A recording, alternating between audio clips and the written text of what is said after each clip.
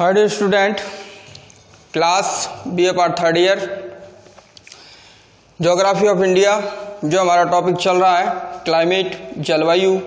उस जलवायु के अंतर्गत हमने सबसे पहले इंट्रोडक्शन देखा, परिचय देखा। क्लाइमेट के इंट्रोडक्शन के अंतर्गत हमने डेफिनेशन को समझा कि क्लाइमेट और वेदर के अंतर्गत किस तरह से डिफरेंस है, उसको जाना। उसके बाद में हमने इफेक्टिंग फैक्टर ऑफ क्लाइमेट, जलवायु को प्रभावित करने वाले कारकों को समझा। उसके बाद में मैकेनिज्म ऑफ द मानसून की क्रियाविधि को समझा। और मानसून की क्रियाविधि के अंतर्गत जो हमारे दो कंसेप्ट थी, बड़ी कंसेप्ट, पहली जो कंसेप्ट थी वो थर्मल कंसेप्ट थी और जो दूसरी कंसेप्ट थी वो डायनेमिक कंसेप्ट थी। थर्मल कंसेप्ट के आधार पर हमने देखा था, थर्मल कंसेप्ट जो सबसे पहले दी थी वो एडमंड हैली नामक भूगोलवेत्ता ने दी थी, और जो हमारी डायनेमिक कंसेप्ट दी थी वो जर्मनी की प्रसिद्ध भूगोलवेत्ता डॉक्टर फ्लान महोदय ने दी थी। इन दोनों कंसेप्ट के बाद में हमारा अगला जो टॉपिक आता है आज का, वो हमारा टॉपिक है क्लाइमेटिक रीजन ऑफ इंडिया, अर्थात भारत के अंतर्गत जलवायु प्रदेश। भारत के अंतर्गत जलवायु प्रदेश यानी कि भारत में जलवायु प्रदेश। भारत में विविध प्रकार की जलवायु पाई जाती है और इन्हीं जलवायु विविधता के आधार पर ही हमने भारत को अनेक जलवायु प्रदेशों के अंतर्गत विभक्त किया है। सर्वप्रथम स्टाम्प महोदय और कैंडोल महोदय ने सबसे पहले तापमान तथा वर्षा के आधार पर जो है जलवायु प्रदेशों को बांटने की बात करी थी। सर्वप्रथम कैंडोल तथा स्टाम्प महोदय ने तापमान और वर्षा के आधार पर जो है जलवायु प्रदेशों को बांटने की बात की थी।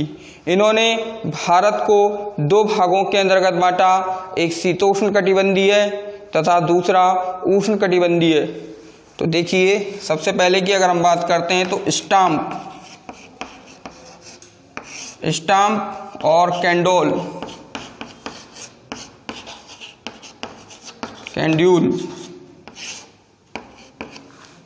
स्टाम्प और कैंड्यूल महोदय ने तापमान और वर्षा के आधार पर दो भागों में जलवायु प्रदेशों को दो भागों में बांटा, जलवायु प्रदेश को दो भागों में व्यक्त किया। नंबर फर्स्ट शीतोष्ण, नंबर सेकंड उष्ण कटिबंधीय। शीतोष्ण कटिबंधीय भारत और उष्ण कटिबंधीय भारत। सर्वप्रथम स्टाम्प और कैंडोल महोदय के द्वारा तापमान और वर्षा के भिन्नता के आधार पर उन्होंने भारत को दो बड़े जलवायु प्रदेशों में बांटा। पहला जो प्रदेश बांटा उन्होंने शीतोष्ण कटिबंधीय जो है क्षेत्र बांटा, और दूसरा जो बांटा वो आपका उष्ण कटिबंधीय क्षेत्र बांटा। शीतोष्ण कटिबंधीय क्षेत्रों के अंतर्गत उन्होंने हिमालय का जो रीजन है उसको तथा हमारा जो दक्षिणी पठारी भाग है उस भाग को इन्होंने रखा। साथ ही साथ जो मैदानी भाग हैं उनको इसमें शामिल किया गया शीतोष्ण कटिबंधीय क्षेत्रों में। जबकि उष्ण कटिबंधीय क्षेत्रों के अंतर्गत जो हमारी कर्क रेखा है, इस कर्क रेखा का जो दक्षिणी जो भाग है उस दक्षिणी भाग को जो है हमने उष्ण कटिबंधीय जलवायु प्रदेशों के अंतर्गत भारत को विभक्त किया। परिणाम स्वरूप हम अगर इन चीज़ों को देखें तो शीतोष्ण कटिबंधीय क्षेत्रों के अंतर्गत जो तापमान की अगर हम बात करें तो तापमान जो होता है वो 18 डिग्री सेंटीग्रेड से क्या होता है, कम पाया जाता है। जबकि अगर हम बात करते हैं उष्ण कटिबंधीय क्षेत्रों की, अगर हम बात करते हैं तो उष्ण कटिबंधीय क्षेत्रों के अंतर्गत जो तापमान है वो हमारा, अगर हम शीतोष्ण कटिबंधीयों की तापमान की अगर बात करते हैं तो तापमान यहाँ 18 डिग्री सेंटीग्रेड से क्या पाया जाता है, कम पाया जाता है। और अगर उष्ण कटिबंधीय क्षेत्रों की अगर हम बात करते हैं तो यहाँ का जो तापमान है वो 18 डिग्री सेंटीग्रेड से क्या पाया जाता है, उच्च पाया जाता है। जो शीतोष्ण कटिबंधीय क्षेत्र हैं उन क्षेत्रों के अंतर्गत हमारा हिमालय का रीजन आता है। इन क्षेत्रों के अंतर्गत हिमालय क्षेत्र के साथ मैदानी क्षेत्र आते हैं। और अगर हम उष्णकटिबंधीय क्षेत्रों की बात करते हैं तो उष्णकटिबंधीय क्षेत्रों के अंतर्गत हमारा कर्क रेखा के दक्षिण में स्थित जो हमारा प्रायद्वीपीय भाग आता है, पठारी भाग है, प्रायद्वीपीय पठारी जो भाग है वो इस क्षेत्र के अंतर्गत उष्णकटिबंधीय क्षेत्र के अंतर्गत आता है। उष्णकटिबंधीय और शीतोष्णकटिबंधीय दो बड़े जलवायु प्रदेश भारत के अंतर्गत जो है स्टाम्प और कैंडल महोदय के द्वारा प्रस्तुत दिए गए थे। इसके बाद में अगर हम अगले भूगोलवेत्ता की बात करते हैं जिन्होंने सर्वप्रथम विश्व का जलवायु वर्गीकरण किया था वो थे आपके कोपेन महोदय ने दुनिया का, विश्व का सर्वप्रथम जलवायु का वर्गीकरण किया और इनका जो जलवायु का वर्गीकरण था वो आनुभाविक जो है आधार पर इन्होंने जलवायु का वर्गीकरण किया गया था। इन्होंने 19वीं शताब्दी के अंतर्गत विश्व का सर्वप्रथम जलवायु का वर्गीकरण किया और 1918 के अंतर्गत इन्होंने अपना जलवायु का वर्गीकरण प्रस्तुत किया। तो अगला अगर हम बात करते हैं, अगले जो भूगोलवेत्ता थे वो थे आपके कोपेन महोदय के अनुसार अगर हम बात करते हैं तो कोपेन महोदय ने सर्वप्रथम 1900 ईस्वी में विश्व की सर्वप्रथम जलवायु का वर्गीकरण किया। 19वीं शताब्दी में सर्वप्रथम विश्व का जो जलवायु का वर्गीकरण किया था वो कोपेन ने किया था। इन्होंने अपना वर्गीकरण जो प्रस्तुत किया था 1918 में प्रस्तुत किया था और इनका जो जलवायु का वर्गीकरण था उसका जो आधार था वो था तापमान और वर्षा। तापमान और वर्षा के आधार पर इन्होंने अपने जलवायु को बनाया। इन्होंने जो जलवायु का वर्गीकरण किया था वो आनुभाविक इम्पेरिकल फैक्ट के आधार पर दिया था। 1918 में अपना जलवायु का वर्गीकरण प्रस्तुत किया था। विश्व का सर्वप्रथम जलवायु का वर्गीकरण किया था, तापमान और वर्षा को आधार बनाया था। इनका जलवायु वर्गीकरण आनुभाविक था, इम्पेरिकल था। इन्होंने अपना जलवायु का वर्गीकरण 1918 में प्रस्तुत किया था। कोपेन महोदय के अनुसार पूरे विश्व को 5 बड़े जलवायु प्रदेशों में बांटा गया, 5 बड़े जलवायु प्रदेशों में व्यक्त किया गया। जलवायु प्रदेशों में बांटा गया। पूरे संसार की अगर हम बात करें, पूरे विश्व की अगर हम बात करें तो कोपेन महोदय ने 5 बड़े जलवायु प्रदेश पूरे विश्व को इन्होंने व्यक्त किया। इन्होंने भारत को अलग से जो है जलवायु प्रदेशों में व्यक्त नहीं किया। इन 5 बड़े जलवायु प्रदेशों के अंतर्गत ही भारत की जो जलवायु है उन प्रदेशों को इसने समायोजित किया। उन्होंने बताया कोपेन महोदय का जलवायु वर्गीकरण सर्वप्रथम देने के कारण, सबसे पहले देने के कारण इसे सर्वमान्य माना जाता है। इसके अंतर्गत कुछ कमियां रही, उन कमियों के बावजूद भी इन्होंने सबसे पहले जलवायु के रीजनों को, क्लाइमेटिक रीजनों को दुनिया को सामने प्रस्तुत किया था।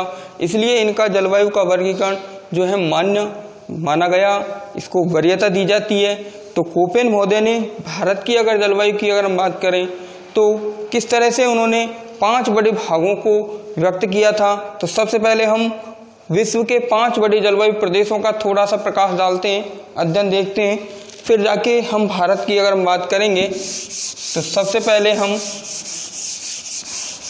कोपेन महोदय के द्वारा बांटे गए विश्व के 5 बड़े क्षेत्र जिनको उन्होंने प्रस्तुत किया था। तो सबसे पहला उन्होंने जो जलवायु वर्गीकरण किया था, नंबर ए, नंबर बी, जिनको उसने अंग्रेजी वर्णमाला के अक्षरों के द्वारा प्रस्तुत किया था, नंबर 3, नंबर 4 और नंबर 5, ए, बी, सी, डी और ई।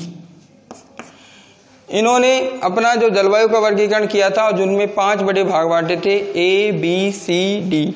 ए, बी, सी, डी अर्थात ए को उसने कहा था उष्णकटिबंधीय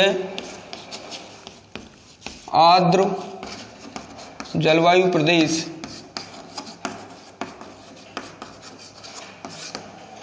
बी को कहा था शुष्क जलवायु प्रदेश,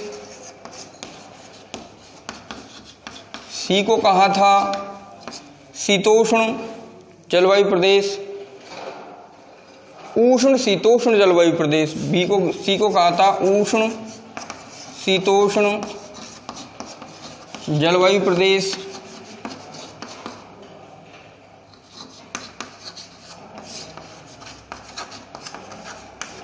डी को कहा था शीत शीतोष्ण जलवायु प्रदेश।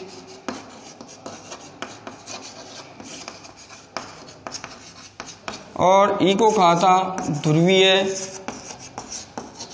जलवायु प्रदेश। कोपेन महोदय ने विश्व को 5 बड़े जलवायु भागों के अंतर्गत जो बांटा गया था, उसने सबसे पहले उष्णकटिबंधीय आर्द्र जलवायु प्रदेश, दूसरा नंबर का शुष्क जलवायु प्रदेश, थर्ड नंबर का उष्ण शीतोष्ण जलवायु प्रदेश, फोर्थ नंबर का शीत शीतोष्ण जलवायु प्रदेश और फिफ्थ नंबर का ध्रुवीय जलवायु प्रदेशों में बांटा। इन्होंने इस जलवायु के वर्गीकरण के लिए अंग्रेजी अक्षरों का प्रयोग किया, अंग्रेजी वर्णमाला के अक्षरों का प्रयोग किया। इन 5 बड़े जलवायु प्रदेशों को अन्य छोटे छोटे अंग्रेजी वर्णमाला के अक्षरों का प्रयोग करते हुए इनका सब डिवीजन किया।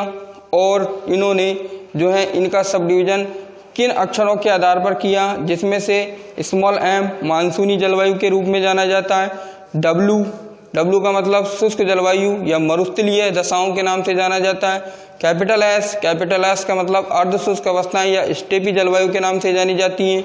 इसके साथ साथ इन्होंने तापमान की भिन्नता को भी प्रदर्शित किया, जिसके अंतर्गत स्मॉल एच को हमने 18 डिग्री औसत तापमान उस जगह का 18 डिग्री से अधिक होता है। के का अगर हम देखते हैं तो के सिंबल का तात्पर्य होता है कि वहाँ का औसत तापमान 18 डिग्री से कम पाया जाता है। इस तरह से इन्होंने पूरे जलवायु के वर्गीकरण को अगर हम देखें, पूरे विश्व के जलवायु के वर्गीकरण को देखें तो इन 5 बड़े भागों के अंतर्गत बांट दिया। अब हमारा इंडिया के संदर्भ में अगर हम बात करें तो ये इसका विश्व स्तर पर 5 बड़े जलवायु प्रदेश थे, जो मैंने आपको इनको ऊपर प्रकाश डाला है। इसके बाद अगर इंडिया के संदर्भ में देखते हैं तो भारत के संदर्भ में अगर ये बात करते हैं तो देखिए भारत के संदर्भ में किस तरह से कोपेन महोदय ने जलवायु के प्रदेशों का विभाजन किया है।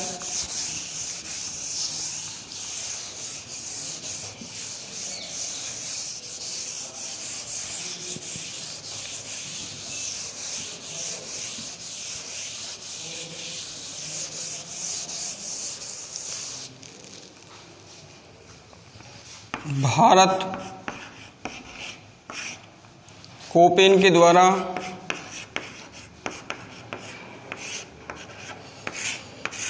भारत के जलवायु प्रदेश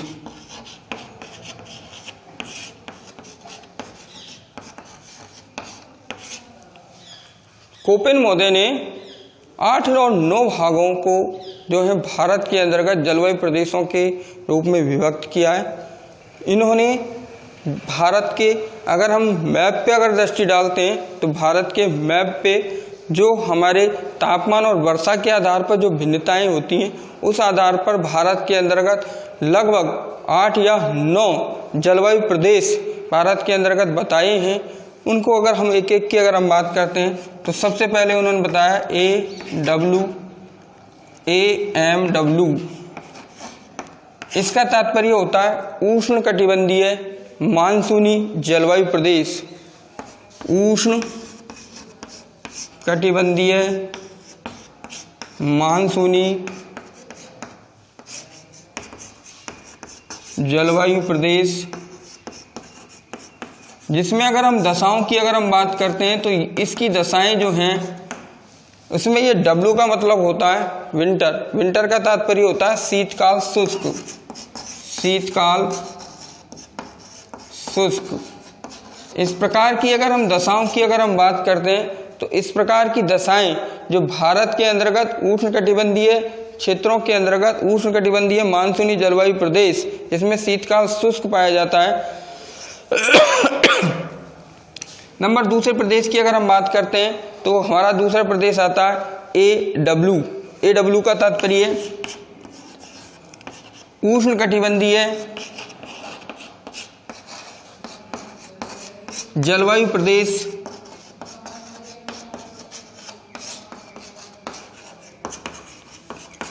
जिसमें भी कंडीशन लगी हुई है शीतकाल शुष्क, जिसमें हमारा शीतकाल कैसा होगा, शुष्क होगा।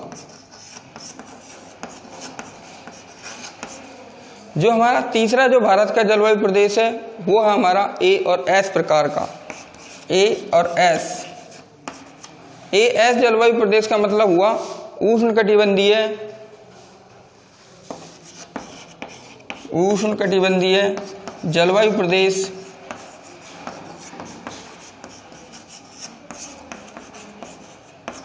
जिसमें हमारा एस का मतलब होता है समर, समर का मतलब ग्रीष्मकाल शुष्क, ग्रीष्मकाल शुष्क। इसके बाद में उसने चौथा जो हमारा प्रदेश का विभाजन किया हुआ है B S H W, B S H W अर्थात शुष्क, इसके अंतर्गत अर्ध शुष्क दशाएं अर्थात स्टेपी जलवायु प्रदेश, इसको हम अर्ध शुष्क प्रकार का जलवायु प्रदेश कहते हैं। बी और एस अर्थात एस का तात्पर्य है अर्ध शुष्क या स्टेपी जलवायु प्रदेश, जिसके अंतर्गत कंडीशन लगी हुई है कि जिसका जो शीतकाल होगा वो शुष्क होगा और यहाँ का जो टेम्परेचर होगा वो हमारा 18 डिग्री से अधिक होगा। इसके बाद में अगला जो जलवायु प्रदेश है वो हमारा बी डब्ल्यू एच डब्ल्यू जिसका मतलब होता है शुष्क या मरुस्थलीय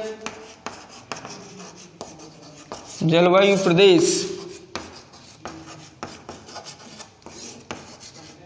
इसमें कंडीशन जो लगी हुई है वो कंडीशन कहती है कि यहाँ का जो तापमान होगा वो 18 डिग्री सेंटीग्रेड से अपर होगा और यहाँ का भी शीतकाल क्या होगा, शुष्क होगा। इसके बाद में अगला जो हमारा जलवायु प्रदेश है वो है हमारा CWG जो है उसे हम कहते हैं उष्ण शीतोष्ण जलवायु प्रदेश, उष्ण शीतोष्ण जलवायु प्रदेश। इसके बाद में हमारा अगला है DFC, अगला है DFC का तात्पर्य हुआ शीत शीतोष्ण जलवायु प्रदेश, शीत शीतोष्ण जलवायु प्रदेश। इसके बाद में हमारा अगला जो जलवायु प्रदेश है वो रखा हमने ई अर्थात ध्रुवीय जलवायु प्रदेश, ध्रुवीय जलवायु प्रदेश।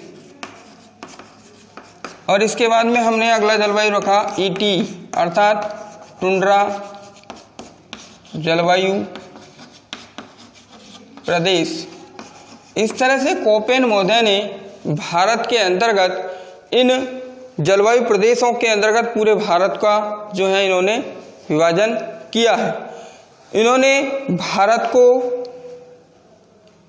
उष्णकटिबंधीय मानसूनी जलवायु प्रदेश जिसके अंतर्गत शीतकाल शुष्क रहता है, इस प्रकार की तापमान और वर्षा की भिन्नताओं के आधार पर इन्होंने भारत के अंतर्गत 1, 2, 3, 4, 5, 6, 7, 8 और 9 भारत को 9 बड़े जलवायु प्रदेशों के अंतर्गत कोपेन महोदय ने विभक्त कर दिया कि भारत के अंतर्गत जलवायु की भिन्नताएं, जो तापमान और वर्षा की जो भिन्नताएं, उसके आधार पर ये 9 जलवायु प्रदेश भारत के अंतर्गत देखने को मिलते हैं। अगर हम इनके क्षेत्रों की अगर हम बात करते हैं कि भारत के अंतर्गत इस तरह के क्षेत्र कहाँ देखने को मिलते हैं, तो सबसे पहले अगर हम बात करते हैं तो अगर AMW की अगर हम बात करते हैं तो AMW जो क्षेत्र है भारत के अंतर्गत, जो गोवा का जो क्षेत्र है, उस गोवा के क्षेत्र के समीपवर्ती भाग और हमारा दक्षिणी पश्चिमी जो तटीय भाग हैं, उन दक्षिणी पश्चिमी तटीय भागों के अंतर्गत जो है हमारा दक्षिणी पश्चिमी महाराष्ट्र का जो क्षेत्र है, साथ ही साथ जो हमारा पश्चिमी कर्नाटक का क्षेत्र है या केरल का क्षेत्र है, इन तमिलनाडु के क्षेत्र हैं, इन भागों के अंतर्गत इस प्रकार की जलवायु देखने को मिलती है।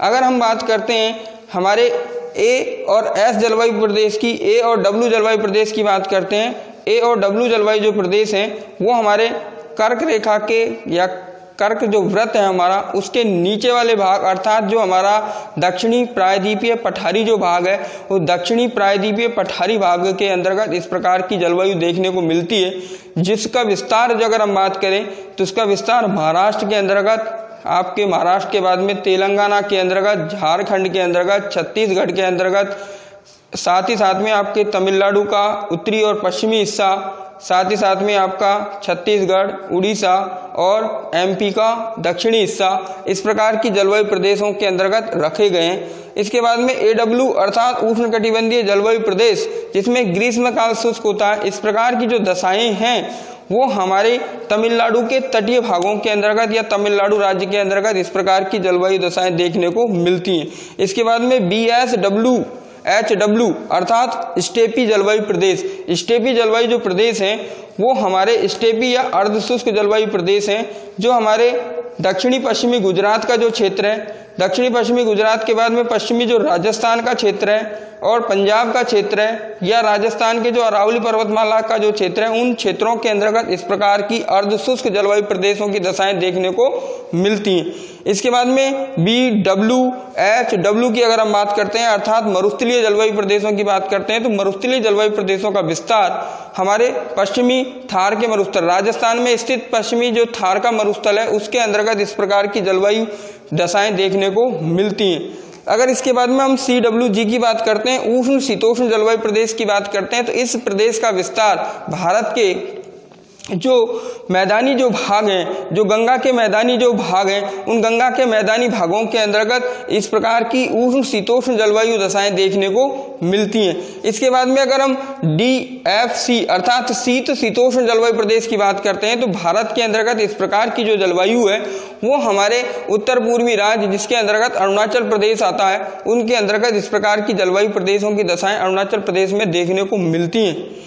इसके बाद में हम ध्रुवीय प्रदेशों की बात करते हैं। ध्रुवीय जलवायु प्रदेश की अगर दशाएं कहाँ देखने को मिलती हैं, तो ध्रुवीय जलवायु प्रदेशों की दशाएं हमारे जम्मू कश्मीर वाले भाग के अंतर्गत देखने को मिलती हैं, जिसके अंतर्गत हमारा हिमालयी भाग के अंतर्गत ये इस प्रकार की जलवायु प्रदेश जो है ध्रुवीय जलवायु प्रदेशों की दशाएं देखने को मिलती हैं। अगर हम अंतिम अगर ET अर्थात टुंड्रा प्रदेशों की बात करते हैं, तो टुंड्रा प्रदेशों की जलवायु जो है हमारे जम्मू कश्मीर का उत्तरी जो पर्वतीय जो भाग है, उन पर्वतीय भागों के अंतर्गत इस प्रकार की जलवायु देखने को मिलती है। यूं करके भारत के अंतर्गत ये 9 बड़े जलवायु प्रदेश, जिनको कोपेन महोदय के द्वारा जो है वर्गीकृत किया गया है, बांटा गया है, जिनके अंतर्गत तापमान और वर्षा की भिन्नता के आधार पर इन्होंने कोपेन महोदय ने ये भारत के अंतर्गत जलवायु प्रदेश या क्लाइमेटिक रीजन ऑफ इंडिया जिनको इन्होंने प्रस्तुत किया है। इसका बेस जो था, कोपेन महोदय का जो बेस था, क्लासिफिकेशन का जो बेस था, क्लाइमेटिक क्लासिफिकेशन के जो बेस के अंतर्गत उसने टेम्परेचर और रेनफॉल दोनों ही बिंदुओं को उन्होंने वरीयता देते हुए तापमान और वर्षा के अंतर के परिणाम स्वरूप जो है क्लाइमेटिक रीजनों का विभाजन किया है। और इस तरह से भारत के अंतर्गत ये क्लाइमेटिक रीजन हमारे देखने को मिलते हैं। और इनमें किस तरह की दशाएं होती हैं जो मैंने आपके सामने रखी हैं कि जहां W लगा हुआ है वहां हमारा शीतकाल शुष्क होगा, अर्थात जब शीतकाल शुष्क होगा तो हमारी जो वर्षा होगी वो हमारे ग्रीष्मकाल के अंतर्गत होगी, जहां हमारा ग्रीष्मकाल शुष्क होगा तो हमारी वर्षा होगी वो हमारे शीतकाल में होगी। परिणाम स्वरूप ये जो जलवायु प्रदेश हैं, इन जलवायु प्रदेशों को अगर हम भारत के मैप के अंतर्गत अगर हम बात करते हैं, तो भारत के मैप की अगर दशाओं की अगर हम बात करते हैं, तो इस प्रकार अगर हम मैप की अगर हम देखें, दृष्टि अगर डालें, तो इस भारत के मैप के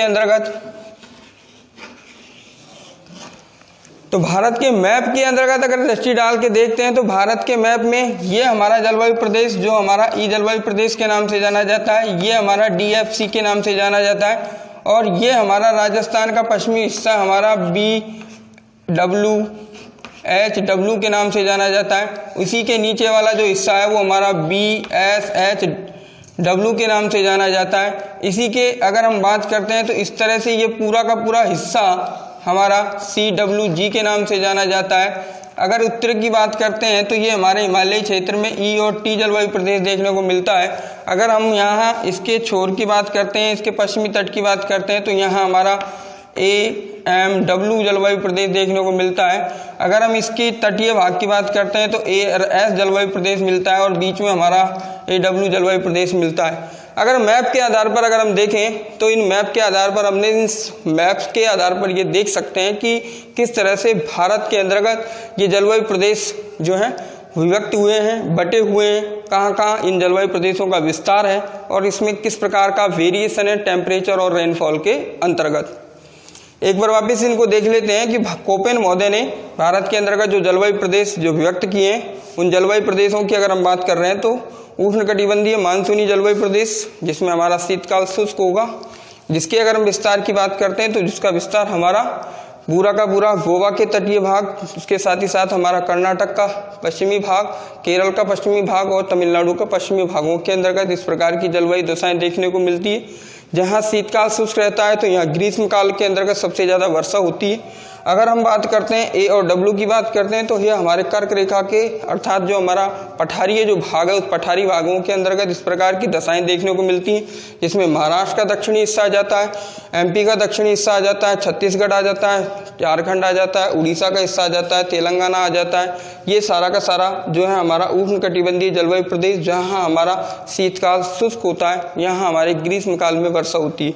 इसके बाद में A और S की बात करते हैं तो ये हमारा पूर्वी तटीय भाग अर्थात तमिलनाडु का जो तटीय भाग है वहाँ हमारे उष्णकटिबंधीय जलवायु प्रदेश, जहाँ हमारा ग्रीष्मकाल शुष्क होता है, यहाँ हमारे शीतकाल में वर्षा होती है। रिटर्न ऑफ मानसून के दौरान हमारे इस तमिलनाडु के तटीय भाग के अंतर्गत वर्षा देखने को मिलती है।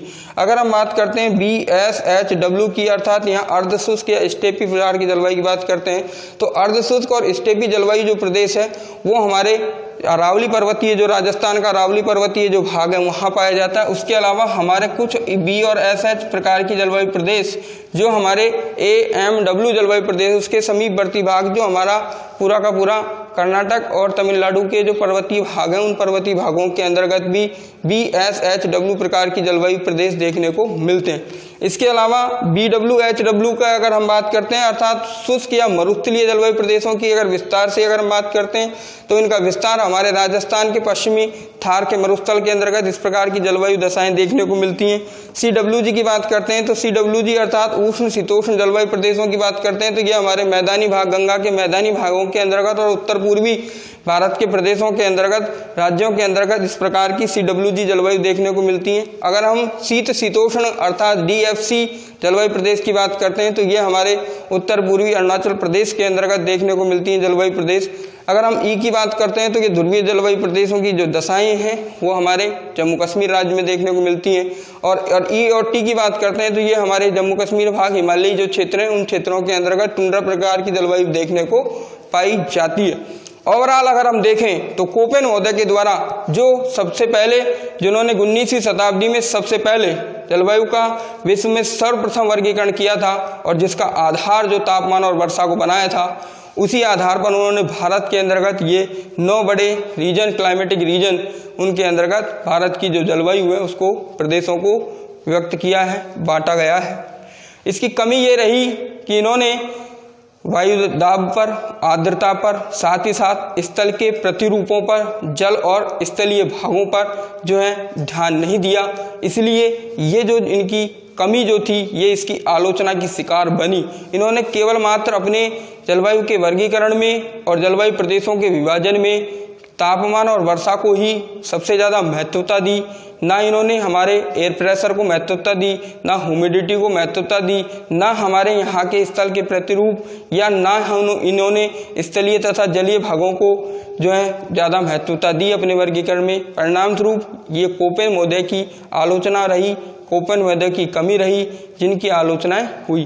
परंतु कोपेन महोदय ने सर्वप्रथम विश्व का जलवायु प्रदेशों का वर्गीकरण किया था और विश्व को 5 बड़े जलवायु प्रदेशों के अंतर्गत विभक्त किया।